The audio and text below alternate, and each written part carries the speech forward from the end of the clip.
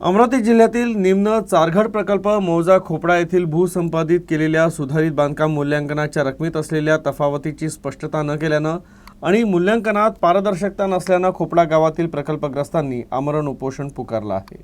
निम्न चारघड प्रकल्पाअंतर्गत मुर्शी तालुक्यातील समाविष्ट खोपडा गावातील प्रकल्पग्रस्त जिल्हाधिकारी कार्यालयावर धडकले होते। यावेळी निवेदन देत आंदोलनाचा इशारा देण्यात आला होता, परंतु निवेदनातील विषय भूसंपादित केलेल्या सुधारित बांधकाम मूल्यांकनाच्या रकमेत असलेल्या तफावतीची स्पष्टता न केल्यामुळे आणि मूल्यांकनामध्ये पारदर्शकता नसल्यामुळे अखेर प्रकल्पग्रस्तांनी 26 डिसेंबरला निवेदन देऊन 27 डिसेंबरपासून भूसंपादन अधिकाऱ्यांच्या कार्यालयासमोर बेमुदत उपोषणाचा निर्णय घेतलाय।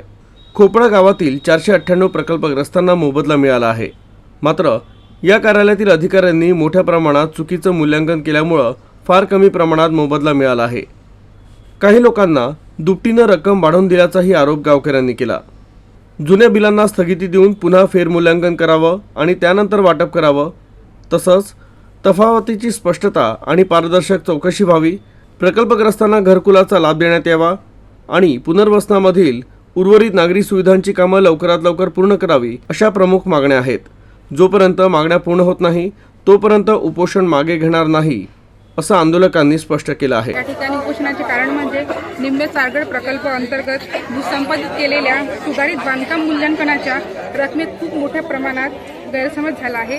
त्याकरिता आम्ही आमरण उपोषण करत आहे आणि जोपर्यंत खोपडा गावातील जनतेच्या मागण्या पूर्ण होत नाही तोपर्यंत आम्ही उपोषण करण्यास ठरवले आहे। आम्ही इथे खोपडा ग्रामस्थ सर्व प्रकल्पग्रस्तांसाठी आमरण उपोषण करत आहे आणि आमच्या इथे झालेल्या मूल्यांकनाच्या गैरप्रकाराच्या विरोधात आमचं हे आहे आणि आम्ही गेल्या 2 दिवसापासून 27 तारखेपासून इथे आमरण उपोषणाला बसलेलो आहे। तरी कोणतीही राजकीय लोक किंवा प्रशासकीय अधिकारी अजूनपर्यंत या उपोषणाला भेट दिली नाही आणि यामागचं त्यांचा काय हेतू आहे ते आम्हाला अजूनपर्यंत साध्य झालेला नाही। पण जोपर्यंत आम्हाला आमचा हक्क मिळत नाही, जोपर्यंत आम्हाला आमच्या मागणं पूर्ण होत नाही तोपर्यंत आम्ही इथे ठिय्या मांडून आमरण उपोषण करू। आमच्या गावात हा जो भ्रष्टाचार झालेला आहे तो भ्रष्टाचार पूर्णपणे निघाला पाहिजे आणि सर्व गोरगरीब लोकांना उपोषणाच्याद्वारे आम्हाला सर्वांना आमचा होणारा अन्याय थांबला पाहिजे आणि सर्वांना याचा मोबदला भेटला पाहिजे।